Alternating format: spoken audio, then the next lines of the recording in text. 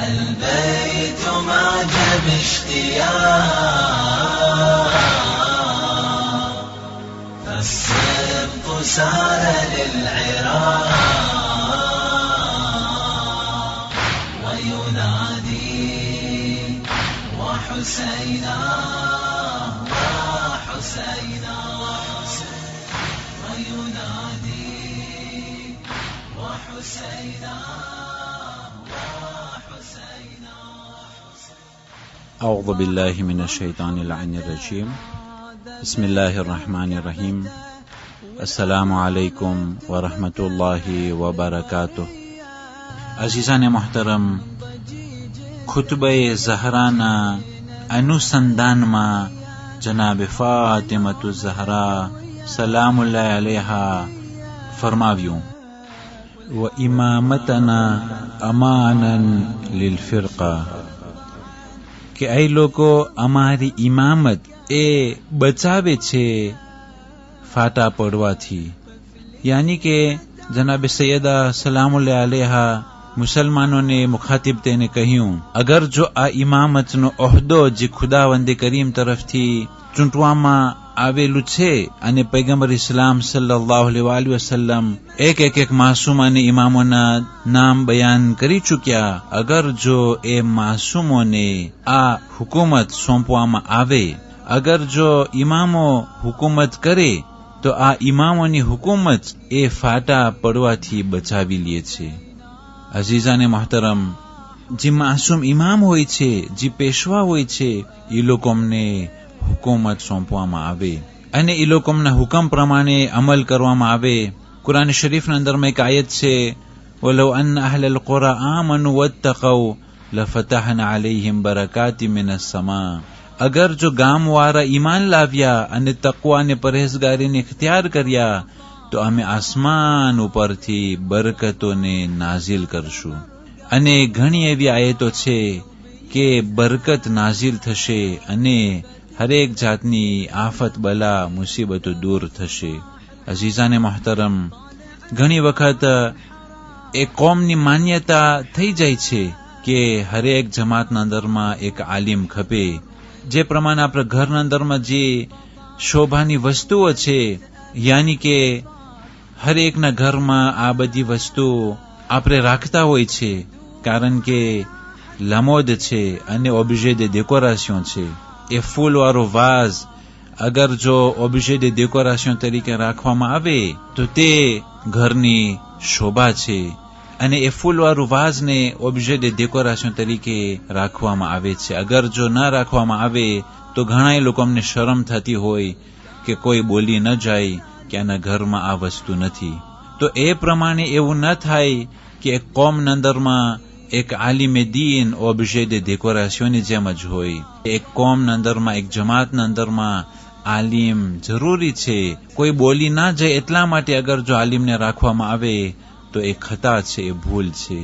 પણ આલિમે દીન જે છે ઓબ્જે de ડેકોરેશનની જેમ જ નહીં, બલકે તે આલિમે દીનથી ફાયદો હાસિલ કરવાનું અને એ આલિમે દીનના ઇલમથી, એના હિદાયતથી, એના તકવા અને પરહેઝગારીથી ફાયદો હાસિલ કરવામાં આવે અને દિવસે દિવસે આપણી હિદાયતના અંદરમાં, ઇલમના અંદરમાં, તકવાના અંદરમાં, પરહેઝગારીના અંદરમાં, અહેલે બેતની મોહબ્બતના અંદરમાં અને આપણા ધર્મના સમજણ બારામાં દિવસે દિવસે તરક્કી થવી જોઈએ. એ આલિમે દીનને આપણે જમાતોના અંદરમાં ઓબ્જે de ડેકોરેશન તરીકે જ ન રાખે.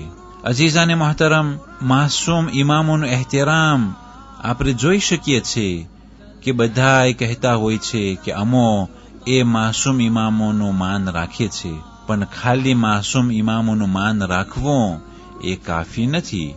એ માસૂમ ઇમામોના હુકમ પ્રમાણે અમલ કરવાનું છે, તેઓના બતાવેલા ઉસૂલ પ્રમાણે અમલ કરવાનું છે. એ અલ્લાહ સુબહાનહુ વ તઆલાનો જે ધર્મ કે જે પસંદીદા ધર્મ છે, જેના સિવાય બીજા કોઈ ધર્મને ખુદા કબૂલ નહીં કરે, અને વહી નાઝિલ થવાના ઘરમાં જે માસૂમો પેદા થયા હતા એ માસૂમોના સમજણ પ્રમાણે એ શરીયતને લેવામાં આવે અને એના ઉપર અમલ કરવામાં આવે. એ ફિકના મસાઇલના અંદરમાં માસૂમો પાસેથી હુકમ લેવામાં આવે. તફસીરના અંદરમાં માસૂમોને પહેલા રાખવામાં આવે. હર એક ડોમેનમાં એ માસૂમોને પહેલા રાખવામાં આવે. ફકત અને ફકત માસૂમોને માન રાખવું કે વખાણ કરી લેવા એ કાફી નથી. અઝીઝાને મોહતરમ, જનાબે સૈયદા સલામુલ્લાહ અલૈહા મજમાને મુખાતિબ થઈને કહ્યું કે અમારી ઇમામત યાની કે મારા શૌહર અલી તથા અમારા નસલમાંથી જે 11 માસૂમો આવવાના છે એ માસૂમોની ઇમામત અને હુકુમત ફાટા પરવાથી રોકી રાખે છે.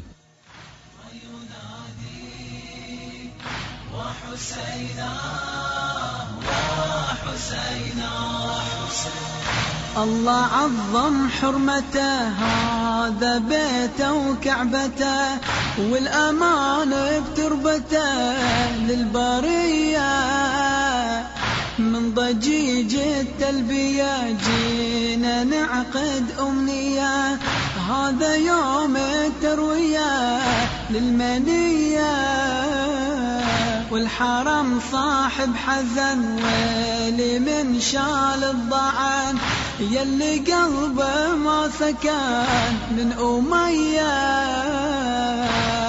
قف لي متى أرجو التلاق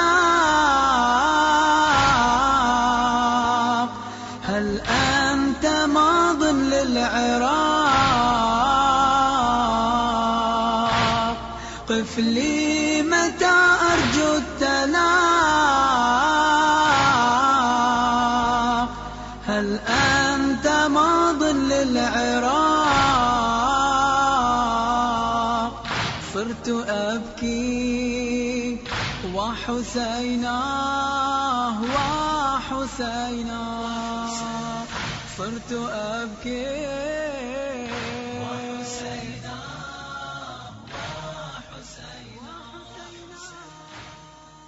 25 જમાદિઉલ આખર આજની તારીખોમાં 1414 હિજરી સનમાં તેહરાનની હોસ્પિટલમાં આયતુલ્લાહ અલ ઉઝમા સૈયદ મુહમ્મદ રઝા કુલપૈગાની ઇન્તેકાલ પામ્યા હતા કે જે 93 વર્ષની ઉંમરમાં એ અલ્લાહને પ્યારા થયા હતા.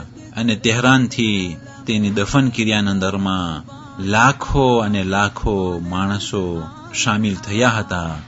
અને કોમ ખાતે જનાબે ફાતિમા માસૂમાના હરમમાં તેને દફન કરવામાં આવ્યા હતા કે જે માસૂમાએ કોમના હરમના અંદરમાં એ મહાન અને મુકદ્દસ અને બુઝુર્ગ મુજતહિદોનું દફન થવાનું રહેઠાણ છે.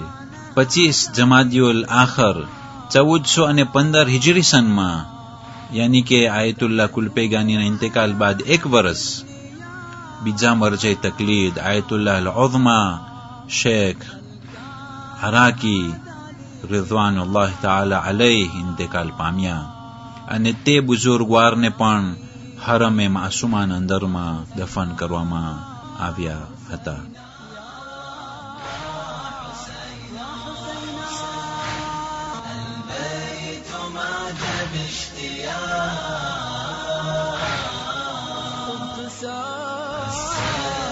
سار للعراق وينادي وحسينا وحسينا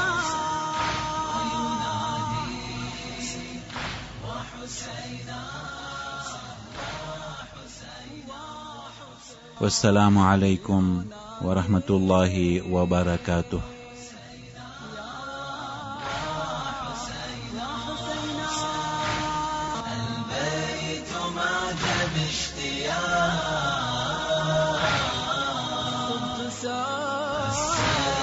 سار للعراق وينادي وحسينا وحسينا